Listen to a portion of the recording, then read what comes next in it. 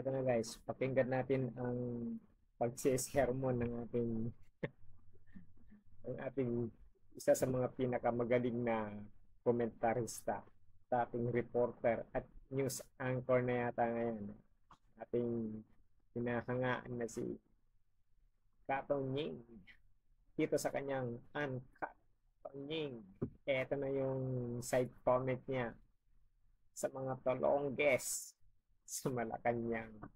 Okay, let's get it And on. Eden Santos, mayroon mang animosity every now and then, ay hindi sila magkaaway. Kaya lang, may mga tulongges talaga sa Malacanang Ayan na, ang mga tolongges sa Malacanang na hindi yata alam kung anong kanilang trabaho. Naturingan pa naman na sila'y mga dating reporter. Alam niyo po ang ang tinutukoy ko? Isa pong kabuktutan, didiretsuhin ko na, isang kabuktutan ang ginawa ng isang tulongges dyan sa Malacanang. Ang pangalan po nung taong yan, sino kaya? Ito alam ko nakasama ko ba sa coverage? Pero ako po kasi, when I was a reporter, nag-cover ako ng police beat, ng general assignment, ng PNP, ng Camp Aguinaldo, ng courts, ng Congress, ng Senate, ng Malacanang, ng sports, ng business. Yun po ang aking assignment. Pero hindi ko matandaan kung nakasama ko sa coverage itong si Errol Kabatbat, Asek Errol Kabatbat eh. Mantakin ninyo mga kababayan, nagsulat ba naman? Nagsulat itong si Errol Kabatbat ng liham sa Net25. Ito pong si Assistant Secretary Errol Kabatbat. At alam niyo ba ang kanilang sinasabi sa sulat na ito, mga kababayan? Kundi ba naman ng aano to eh. Gusto nila tanggalin. Ang gusto nila tanggalin itong ng Net25 si Eden Santos bilang reporter na naka-assign sa Malacanang. Hindi naman ganun. Ano ba itong tao to? Alam niyo sa Net25. Saan ba niya napulot yung ganong klase ng kapangyarihan? O sakop pa ba? Alam ba nila na hindi nasakop ng kanilang kapangyarihan niya? And sinasabi po nila, meron daw pong violation ng protocol. Ito pong si Eden Santos sa pagkukover sa Pangulo.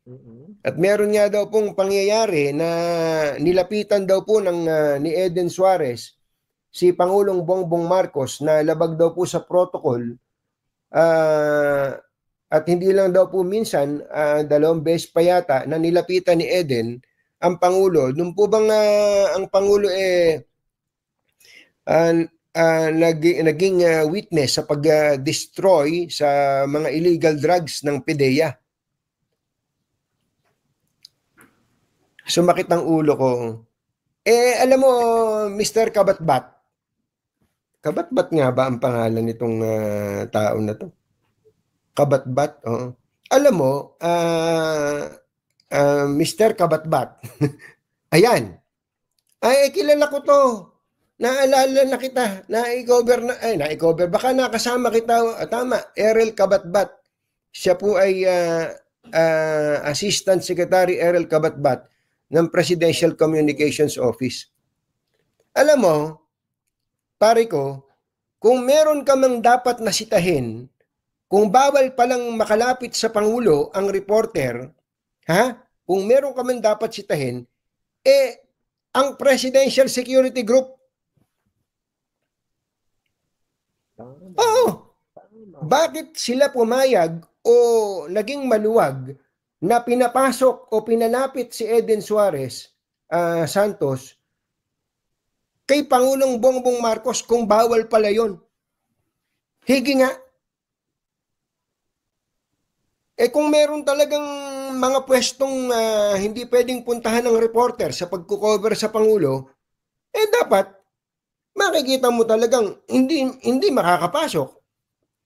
Isip-isipin mo, Asek ha, papaliwanag ko lang sa'yo, isip-isipin mo, kung ginagawa nyo ng issue itong paglapit ni Eden Suarez Santos sa Pangulo, kung ginagawa nyo issue yan, dapat gawin yung issue. Ganun ba kaluwag ang pagbabantay ng PSG kay Pangulong Bongbong Marcos? Paano ko ang lumapit sa Pangulo, may daladalang stick ng banana cute, sinaksak na lang sa leeg ang Pangulo? Oh, di ba? Hindi ba? Di ba? Oh, di ba? Oh, bakit yun ang sisisihin mo, yung reporter? Ang sisihin mo, yung PSG. At ngayon, dahil dun sa sinasabi niyong paglabag ni Eden Suarez Santos sa protocol, hihilingin mo na tanggalin o pinatatanggal mo sa Malacanang press corps si Eden at palitan ng ibang reporter, sino ka? Baka kayo dapat napalitan dyan. Hindi kaya kayo ang dapat natanggalin dyan? Dahil hindi nyo naman yata naiintindihan yung trabaho ninyo? Agree ako dun, no? Agree. Pambira itong... ano ba yan? Utos ba ni Secretary J. Ruiz sa iyo yan? Kaibigan? Kung utos sa iyo ni Secretary J. Ruiz yan, magsama kayo. Magsama kayong dalawa. Hindi nyo ba naiintindihan? Nag-cover ba kayo ng Malacanang Press? Naging bahagi ba kayo ng Malacanang Press Corps sa kasaysayan ng buhay ninyo? Hindi nyo ba naiintindihan ang mga alituntunin dyan? Mabuti ang Malacanang Press Corps naglabas ng kanilang stand at sinabi nilang hindi sila pumapayag dun sa kahilingan o yung parang ini-impose nitong Errol Kabatbat na palitan si Eden Suarez. Mabuti na lang at ang Malacanang Press Corps ay nanindigan. Pambira itong mga taong ito. Uulitin ko, alam nyo ba ang ginagawa ninyo? Hindi na ba kayo nahiya? Imbis na ang maging resulta ng inyong pagtatrabaho, kung nagtatrabaho man kayo, ay maging kaibigan ang mga nagko-cover sa Pangulo. Dahil importante yun meron pong working relationship ang media at ang gobyerno. Nagiging adversarial pa kayo sa mga mamamahayag.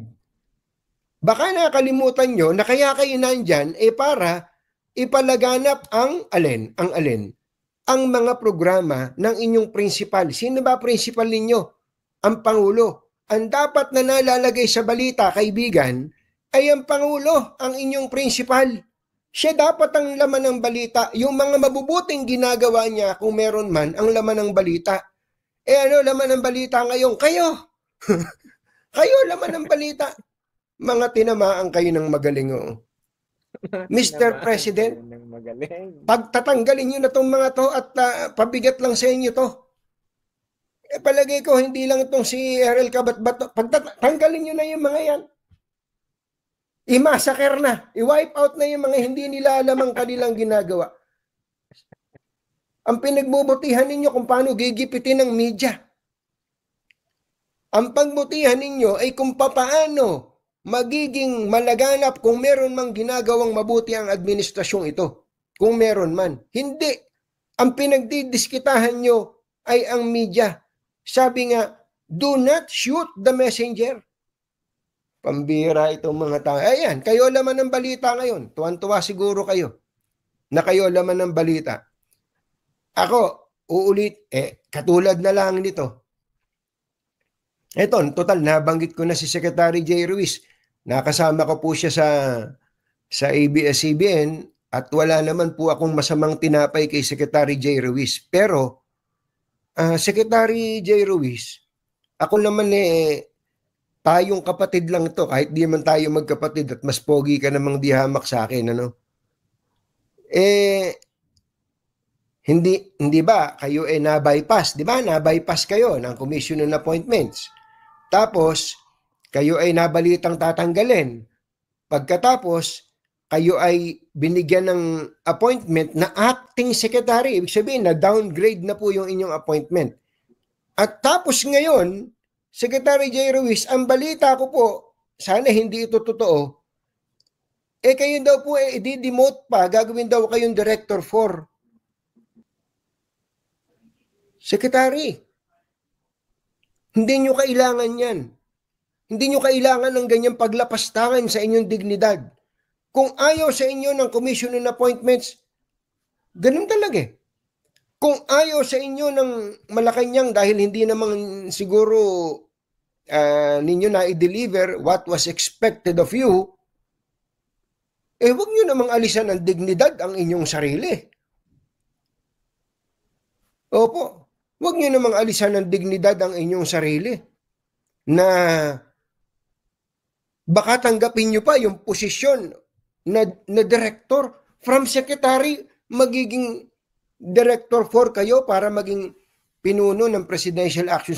Secretary, huwag nyo pong alisan ng dignidad. Ako po ay nagmamakaawa sa inyo. Bigyan nyo po ng dangal ang inyong sarili. Bitawan nyo na po yung pwesto na yan.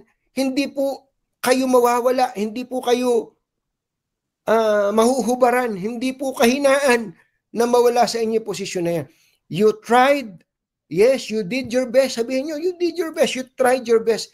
Pero hindi po ito ang buhay nyo.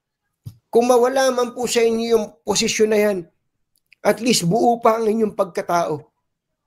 Yes, huwag kayong tatanggap ng posisyon that is lower than secretary. At least dito po sa kaparehong ahensya na Presidential Communications Office. Secretary, maawa po kayo sa sarili ninyo. Opo. Love ko po kayo dahil nakasama ko po kayo sa ABS-CBN. But if you are not able to perform according to what was expected of you, hayaan nyo na sa iba yan. Sabihin nyo, at least ginawa ko ang best ko, hindi pa rin sapat, ibigay nyo na sa iba. Pero yung tatanggap kayo ng posisyon, baka naman maintindihan ng iba dyan, kayo merong pinoprotektahan dyan. Meron ba kayong pinakikinabangan na hindi namin alam dyan? O baka ganun pa isipin ng iba. Bitawan nyo na po yan. Wala pong halaga yung posisyon na yan kung ang kapalit naman po nito para po kayong aalisan ng dangal. Pambihirang pati. So